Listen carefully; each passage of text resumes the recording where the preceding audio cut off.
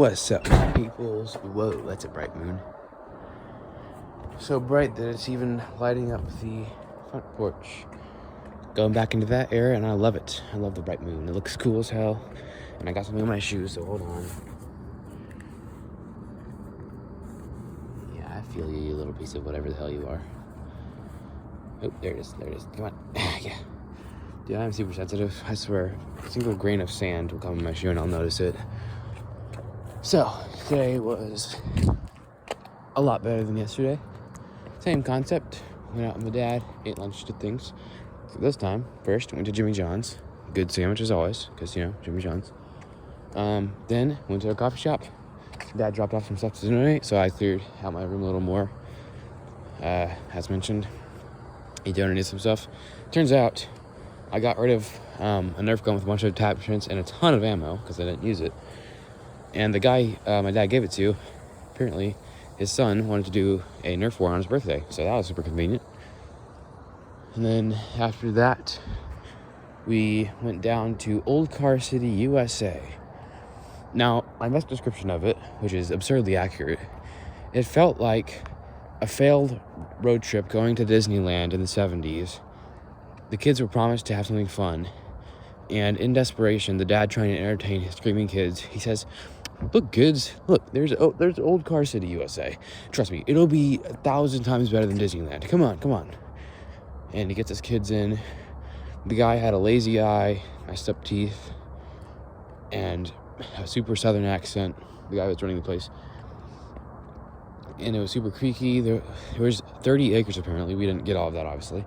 But a bunch of, basically just a junkyard you could walk through. Had defined pathways with a bunch of old cars that were completely beat up, rusted, crushed, windows smashed in. Some had trees growing through the hoods. There was an old Mack truck. Completely threw me off because I was like, oh, a truck. And then I saw Mack. And obviously the first thing my mind goes to when thinking Mack is semi-trucks. So seeing this 1930s thing that looked like a milk truck was insane. There's a bunch of really nice cars there. Some scrap metal things. I don't know why you would let your kid walk around in a place with broken glass and rusted metal. And they had their this small, supposed to be an ark made of wood, Noah's Ark, and it's a haunted house thing they do on Halloween. And it looked like if you walked in there, you were 100% going to get killed by some 70-year-old man on drugs with a shotgun. It was so creepy.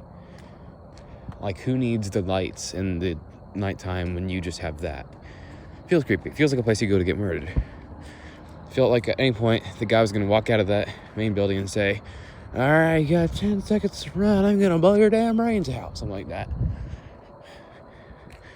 So that was cool. I don't know why I'd say that was cool, but, you get it.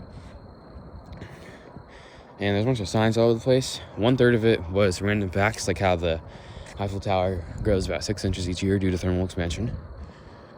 1/3 of it was life advice, like he who hesitates is probably right.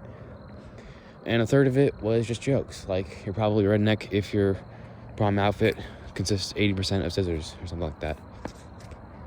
So that was interesting. Had a good time, walked about a little over an hour. Saw some interesting cars I've never seen before.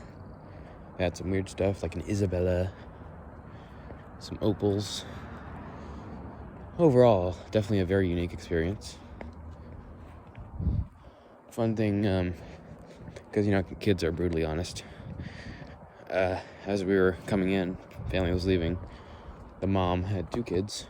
One of the kids was messing around with a bunch of stuff on shelves. The other kid was just standing there. She said, "Don't touch those things. Put stuff down."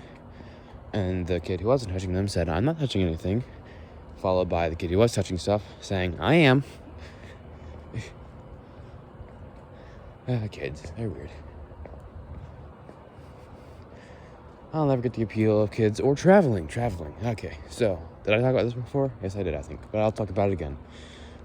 Would you rather, A, stay at home, you have the effort of walking downstairs, the money of using materials you already paid for, the time of 4 minutes to take a sandwich, and the convenience of being at home, or the money of going out to eat and spending gas, the time of having to drive all the way to a restaurant, wait for your meal, and all the way back, the effort of having to choose what you want and navigate streets and potentially risking a car accident. Obviously, that's a more minor thing, but still there.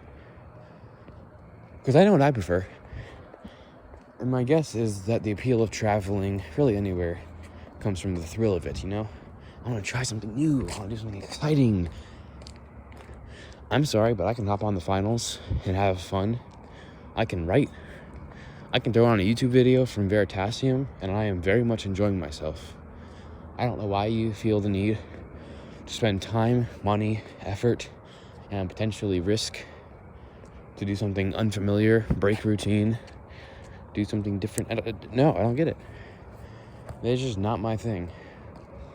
Obviously, kind of counteracts what I just said about going to our city, but that's like, okay, so on Wednesdays, my dog goes to a dog play place, me and my dad get to go out and do something.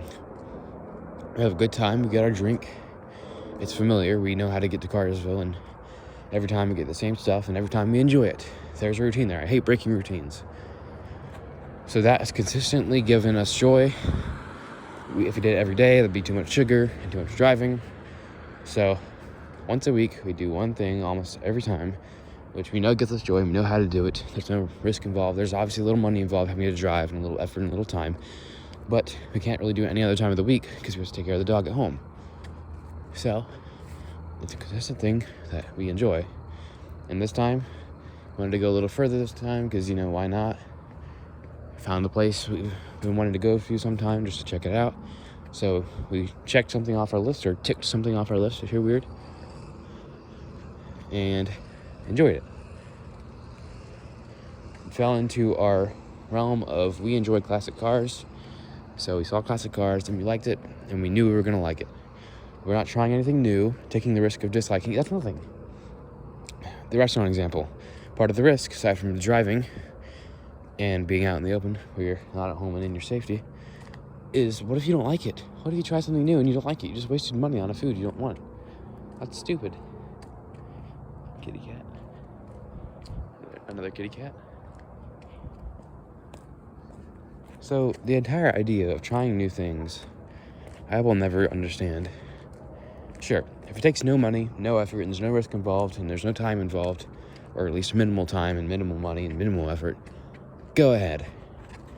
But going through this insane effort of like flying to another country, spending all that money, all that time, the immense amount of pressure trying to book a flight and get to the airport all packed and ready and get there and deal with the hotel, and like, why do you want that? Why do you need to take a picture of the Eiffel Tower? Look up the Eiffel Tower. There is millions of pictures on the internet. You cannot find a single angle or time or perspective that someone has not done already. Come on. You don't need to do it. Look, I've been there. Okay, and for those you've told, they know you've been there. You don't need picture proof. I mean, what is there to show? Is it, okay, so it's a memory. You could just say, I went there. And if you want a memory from the future and you want to see it for better visualization, it's just you next to a thing you already know what it looks like. And you know what you look like, right? I should hope you know what you look like, unless you're blind. I don't know. So you can just make that image by PNGing yourself on a green screen onto an image of the Eiffel Tower. I mean, what is the point? You don't need to do that. I just don't see the use. And I really don't understand traveling or trying new things as a whole. I've always found it quite useless. It's a weird concept. So anyways, I hope you enjoyed. God bless you. And as always, my friends and amigos, adios.